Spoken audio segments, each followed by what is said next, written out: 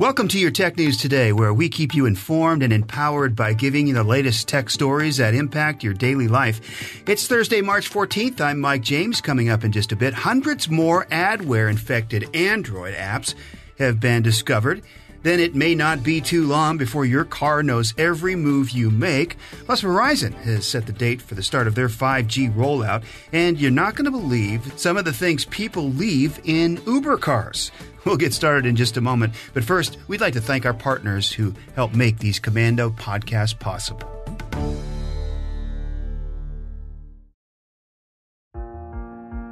Well, if you have an Android smartphone, you better listen to this. More apps on the Google Play Store are infected with malware, and there's a good chance it could be on your device. That's right, same stuff, different day. Security researchers at Check Point discovered a new kind of Android malware disguised as an advertising platform. And get this, it's infecting more than 200 apps that have been downloaded more than 150 million times combined. This particular malware is called Simbad, and it's sneaking into apps by presenting itself as a legitimate ad-serving platform. But what developers don't realize, or didn't realize until now, is that the adware is actually piggyback riding on their apps to get around the Google Play Store's app scanning system. It's like a malicious stowaway. Once the infected app is installed, Simbad opens a backdoor on the phone and then installs more malware, and then it deletes the app icon and just runs in the background unknowingly to the Android user. It doesn't stop there, though. As it's running in the background, it's going through a list of web addresses to serve ads and generate false profits at your expense. The good news, Google has pulled this latest round from the Play Store. The bad news, some of them were available on the store for 2 years. So now's the time to check if you've downloaded any of them. And to get rid of them, most of the affected apps were simulation games, but some were a mishmash of utilities like photo editors and browsers. First things first, head over to Komando.com for the full list of adware-infected apps. Then look for any that you might have on your device and uninstall them. Some might be hard to find, so we've got tips on our site about how to find them and remove them. So now the words Android and adware are starting to become interchangeable. So have you ever felt like you're being watched or tracked? No, you're not paranoid. Cameras, of course, are everywhere, on the street, in stores, on your phone, computer, your security cameras. Your phone always has a pretty good idea of where you are at all times, too.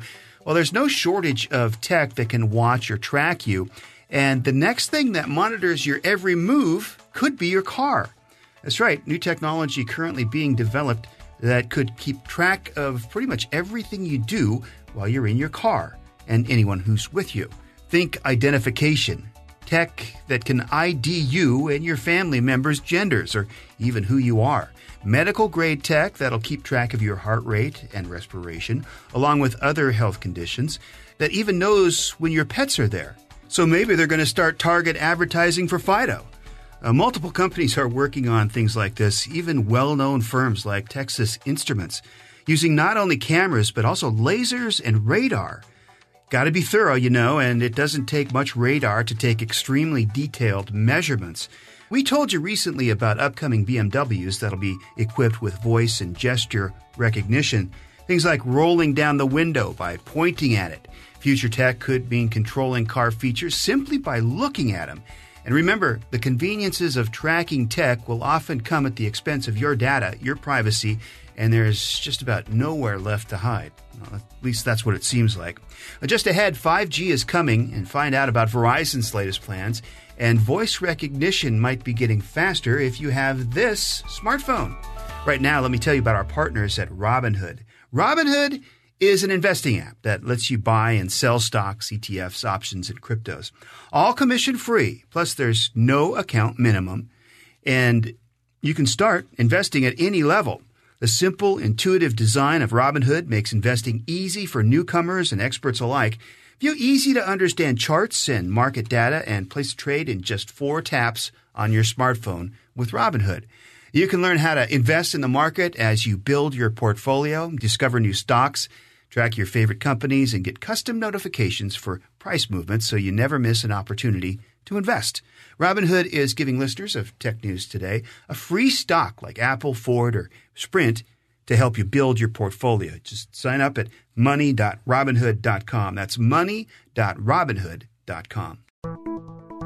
More news on the 5G mobile network rollout, this time from Verizon. On April 11th, Verizon is going to flip the switch on service in Chicago and Minneapolis, but don't get too excited just yet. There's still more hoops to jump through. First of all, it's only launching in certain areas of those two cities, so 5G coverage will be pretty much patchy to begin with. And next, it's going to cost you an extra $10 a month to use the next-gen network. 5G means nothing if you don't have a phone that can connect to it. So today, March 14th, Verizon started taking pre-orders for the 5G Moto Mod, which converts the Motorola Moto Z3 into a 5G-ready smartphone. And it's being sold at a big discount for now, $50 instead of the usual $350.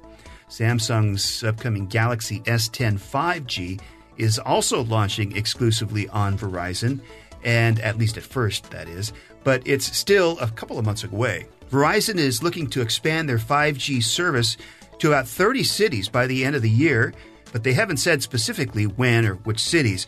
But Verizon isn't the first in the 5G game. AT&T launched 5G in 12 cities last year, but there's no phone that works with it right now, so it's kind of worthless. Sprint is supposed to turn their 5G service on in 4 cities, which are Atlanta, Chicago, Dallas, and Kansas City, this May, with other cities quick to follow, and it'll be compatible with the LG V50 ThinQ 5G. T-Mobile says they're delaying their 5G rollout until sometime in the second half of this year, but other details are scarce, so buckle up. We're on the road to super fast mobile internet, but it's going to be a really slow ride getting to the fast lane, I guess we have to say. 5G might be the latest of Apple's worries right now, though, because people still aren't buying their new iPhones. iPhone sales haven't been great for a while now, and according to Bloomberg, Wall Street analysts say that it's not going to change anytime soon. In China, iPhones aren't exactly flying off the shelves either, even with price cuts, and that country amounts to 20% of Apple's global sales. But Apple is looking to right the ship with their big event at the end of the month, where they're expected to announce their new video streaming service and subscription news service. It looks like Apple services could be the big moneymaker for the company moving forward, but weaker demand for the flagship device is still a big deal, with executives probably keeping a close eye on that Apple Watch heart rate sensor. A faster processor and a better camera is going to get people to upgrade their iPhones year after year. At least that's what they're hoping. So maybe it's time to innovate. I wonder if they've heard of folding phones. What a concept. You ever wish you had the voice recognition on your smartphone that was a little snappier? Google is coming to the rescue, so to speak. As you know, Google voice recognition is a pretty standard feature on smartphones and other devices, from Siri and Alexa to Google Assistant and Cortana. But when you ask them something, they've got to reach out to a remote server, then come back with an answer. So there's often a lag, and when you're not online, they've got nothing to say at all. Now Google has updated their new voice recognition, like their AI dictation, to work faster and even without the internet. The system is finally small enough to fit on a phone without taking up a lot of space or chewing through the battery, so it takes having to use the cloud out of the equation. Just ask or dictate what you want to say to the speech recognizer and bam, instant results. What's the catch? Well, it's a good question, because there are actually quite a few catches. First, it only works on Google's Pixel smartphone and only through their keyboard app, Gboard, and only for American English. So it might not be better at figuring out what you're really trying to say, but at least it'll misunderstand you faster. Coming up, if you think you might suffer from sleep apnea, you might be able to find out at home thanks to new software, and some strange things have been left behind in Uber cabs. We'll tell you about them right now, thanks to our friends who help make these Komando podcasts possible. If you want to track your sleeping habits, you've got plenty of options, Fitbits and similar trackers, along with various apps, and they'll tell you not only how long you were asleep, but also the quality of your sleep, even your sleeping patterns. One thing that's always been missing, being able to identify sleep apnea. That's a disorder that causes irregular breathing, like pauses or even shallow breaths, and it can lead to some serious side effects from headaches all the way to death in most severe cases. Now, if you ever wanted to find out if you suffer from sleep apnea, or even just exhibited some of the signs, you'd have to go to a sleep clinic, at least until now. There's a company called Withings that already has a sleep tracking pad on the market, but it's getting a software update that could help you determine if you're affected by sleep apnea. Of course, a sleeping mat doesn't replace real medical professionals, but it will track any issue during the night and alert you when you wake up via an accompanying app. If there are concerns, you need to head straight for the doctor. For Withings, they say it's just the start.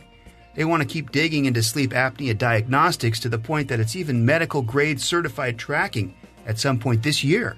You can get the Withings Sleep Mat for about $100. If sleep apnea is something you're seriously worried about, it might be a small price to pay for sleeping a little easier. Here's something we've probably all done. Left something you need in your car, or even worse, left something in a relative's car or a friend's car, and it can be an inconvenient process to retrieve your stuff. But think about ride sharing. What do you do if you left something in an Uber? Well, the easy answer, you can get your things back. All you have to do is open the Uber app, find your trips in the main menu, pick the trip that you left something behind in, and choose the I lost an item option on the list. Then enter your phone number. It'll put you in contact with the driver to get your item returned. Although it'll cost you $15 for the trouble. Here's the funny part. Uber keeps track of some of the things left behind and put together an index of when people are most likely to lose specific items. Like people are most likely to forget their phones on Saturday and forget their laptops on Wednesday. Be careful with your pastries because you're most likely to leave cakes behind on Sunday. Cakes seem like a random thing to leave behind, but you'd be surprised. Uber sees a wide range of belongings left in cars, like the head of a salmon, and a full set of 18-karat gold teeth. There was some dirty laundry and even an 8-week-old chihuahua. So be sure when you get out of your Uber car, make sure you've got all your welding helmets and puppies before sending the driver on their way. By the way, once you're done listening to our tech news today, do us a favor and give us a good rating wherever you're listening. It helps more people find us, and we thank you.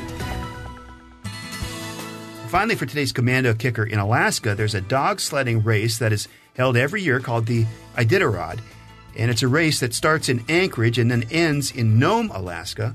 On the average, 65 teams start the race each year, but one dog didn't need a team to join the race. After 2 dog teams passed the Finger Lake checkpoint, a wandering dog ran for 30 miles with them, a whole leg of the race. Once they got to their destination, the dog was put on a plane to return to its home in Finger Lake. Maybe next year he'll get to join a team.